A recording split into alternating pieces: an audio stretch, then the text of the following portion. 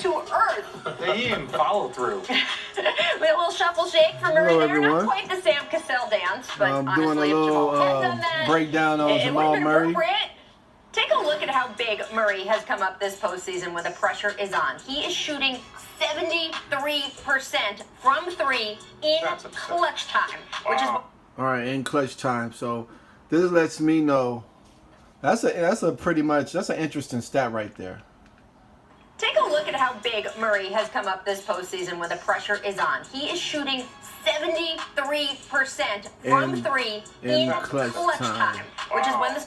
Okay, so that lets me know that during clutch time, the Lakers need to double him and get it out of his hands. Period. So during the clutch time, that means in the fourth quarter, and at the end of the game, I would say, I don't know. It depends on the score too. But if it's a close game, well, shoot, you might have to just do it on, just in general. But if it's a close game and you see Murray is getting hot, you have to start taking it out of his hands. You have to start double teaming him and making him throw it to somebody else, because you don't want him to start going off and hitting those threes. Look, 73% from three during clutch time. 73% from three in clutch time. That's huge. I mean, that's something the Lakers need to pay attention to. They have to pay attention to the detail. The coaches have to be aware of that, and they're gonna have to get a defensive plan to stop him during the clutch time. Because if not, he's gonna go berserko. He's gonna go crazy, and So I would suggest, if the Lakers want to win next game, they need to get the ball out of this guy's hands, especially during a clutch time. Especially if it's a close game. He looks like he's proven to be super clutch, which he has. So they may have to come up with a different defensive strategy, different scheme. You have to take the ball out of his hands during that time for sure, because he makes too much happen. So you have to make somebody else make plays, even if it's the Joker. You can live with him making the twos, but you cannot allow this guy to come down making, coming down shooting threes. You have to get it out of his hands quick. Scores within 5 in the game's final minutes. No one has ever done that before. Not even three-point maestro Steph Curry, and it's that, consistency that has put the Nuggets back in the thick of this series. Of course, Murray, not the only standout last night. Nikola Jokic, man, continues to be the smoothest center in the game. Jeremy Grant had his best ever playoff outing, scoring 26. And Paul Millsap, he was 26. Once again extremely strong on AD, who in this series is shooting in the game. Jeremy Grant had his best ever playoff outing, scoring 26. Now that cannot happen. The role players cannot score 26 points. You gotta limit those guys to single digits or low double digit numbers. You cannot have role players scoring 26 points. That's you cannot allow that. If the Lakers want to win, they gotta limit those role players to very low double digit numbers.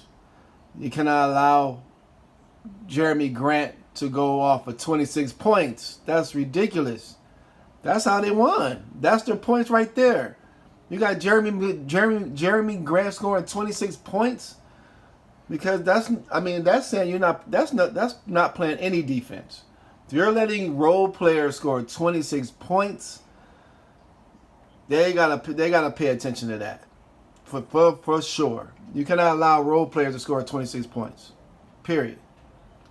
And Paul Millsap, he was once again extremely strong on AD, who in this series is shooting just 25% when Millsap is his primary defender, compared to the 65% AD is shooting when he's checked by anyone else. Millsap also held LeBron scoreless when defending him, which is significant when you consider that coming into this night, Millsap had lost to LeBron in, let's count them, 1, 2, 3, 4. This is mean. 5, mean. 6, Oh. 7, Not mean. 9. The truth is not mean. 10 straight playoff Not in professional sports. I mean, that's just demoralizing. It's beyond even a Michael Jordan, Patrick Ewing level of dominance. But with this Nuggets victory...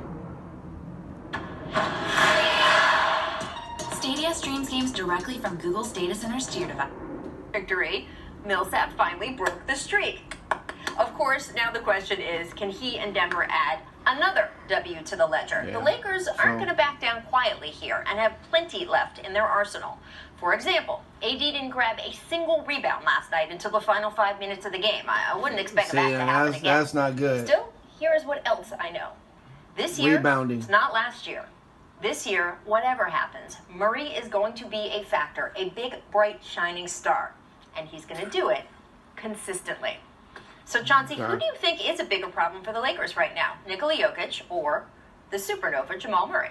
Yeah, that's a tough one, Rach. It really is. I mean, I expect Jokic to go get a triple-double. But to me, the biggest problem is Jamal Murray. And here's why. Yeah. He's so explosive. Right. He's so explosive. I mean, he can go out there and get you 50 on back-to-back nights if need be. Joker can get you a 30-point triple-double, impact the offensive end in a major way. But this dude right here is must-see TV. He's on fire. He found something out last night with everybody guarding him. And he's in a rhythm. But he's just so explosive. I think he is the issue for the Lakers right now. Yeah. They got to guard him. They got to double. They got to double To him. me, they're inextricably linked, right? They're a two-man game. They amplify each other. They work so well together. And anytime, you guys know, anytime you have a pick-and-roll partnership where both guys can score from anywhere on the floor, there's no one answer to that. There's no single coverage for that. Jokic, though, is the more unique player. A big guy who can shoot threes and post up like an old-school big guy. You just don't see that anymore, let alone the passing skill. Okay, so it looks like I accidentally. Oh, did I go back? Okay. You know, it's part of the legacy. I want those shots. I want the big time play. I accidentally, hold up. Okay, let's see. He made a big shot, and that's what the postseason is all about. Well, I agree with you a little bit, RJ. You know, the team that's winning the series right now, 2-1, the Lakers are up. But here's the thing. The Lakers are up 2-1 with 5 championship players on their team. Guys that are champions, championship pedigree. Now, everybody says the Nuggets could be up 2-1. Yes, they could. RJ, you know this very well. If that series was tied 1-1 going into Game 3, there would have been a totally different focus from those Lakers coming into that game. So for who sure. knows what could have happened, but I don't think there would have no way been a letdown if you're tied 1-1. But it is what it is. I do think that the Lakers have they have control of the series right now. But I tell you what, like you said, RJ, this Nuggets team is so good with their backs against the wall. Yeah, they tough. And you always have to, always have to prepare for that. Yeah, I agree. So going into the next game, the Lakers need to really, they need to win this one. Like, they have to play like this is it. Like, they need to win this game. They need to win the next game to make it 3-1. You know, they need to. Like, this is like a must win for the Lakers. Period. They need to. Like, there's no ifs, ands, or buts about it. Tomorrow's game, or whenever they play, they need to win because the Nuggets are that good. So they need to really, come with it the next game. Look, I buy that the Denver Nuggets, more than maybe most teams LeBron has ever faced in the playoffs, are mentally tough and resilient down 2-0, 3-1, whatever it is. Do I buy that the Denver Nuggets have a mental edge over LeBron James' team up 2-1 in a playoff series? No, I do not. I don't buy that at all. Like Chauncey and Richard said, look, I should be a better cook. I should have gone for a run and done some exercise today. Shoulda. I didn't. You should be up 2-1. You're not. You're down 2-1. And so, no, I don't buy that they have a mental edge, but I buy that they are absolutely tough as hell and are not backing down from anybody. Michael Malone made a joke before the series. I think it was a joke. He said we're going to petition the league to start the series down 3-1. So they contend. They have this right where they want things. Obviously, the Anthony Davis shot in Game 2 was so huge.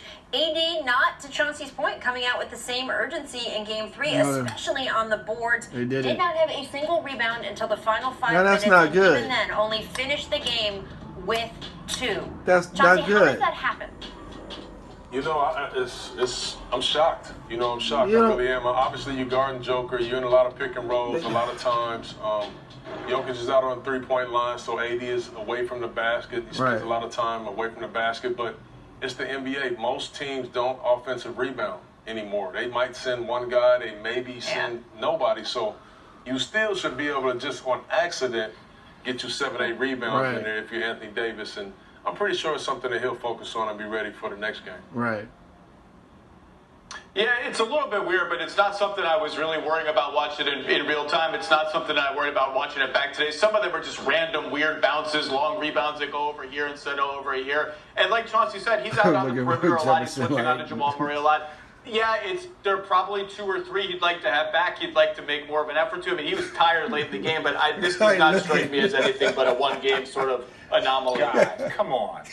Guys. It wasn't... Anthony Davis was a reflection of the entire Laker team. The Laker team is one of the biggest teams that we've seen in recent history. Right. Their point guard is 6'9", 260 pounds.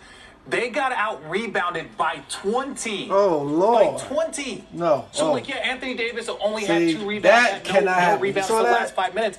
They were getting outworked, outplayed, out-hustled. They were getting grinded. They were doing everything wrong from that standpoint. There was a lack of physicality from the Lakers. There was a lack of urgency from the Lakers. Exactly. That's the only way how you can explain the one superpower that the Lakers have, because it's not shooting, it's not free throw shooting, it's not bench, it's not depth, it's their size. It's their That's size. the one thing that everyone points to. So if the Lakers get out-rebounded by 20, that means that they're not focused on the things that they're supposed to be doing. Exactly. I mean, look, that's why it's hard, right? That's why sweeping a team.